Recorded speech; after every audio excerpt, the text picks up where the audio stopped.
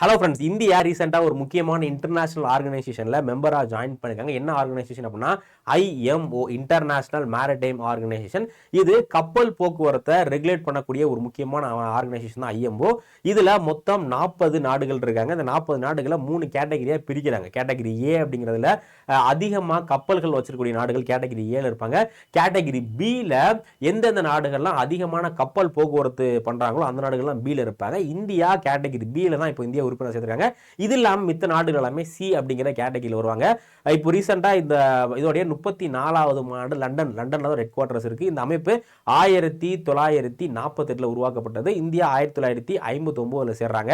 So இப்போ லண்டன்ல நடந்த 34வது கான்ஃபரன்ஸ்ல இந்தியாவை மொத்தம் 155 நாடுகள் ஓட் பண்ணி எலக்ட் பண்ணிருக்காங்க. இது ரொம்ப ரொம்ப ஒரு முக்கியமான அமைப்பு பார்க்கப்படுது.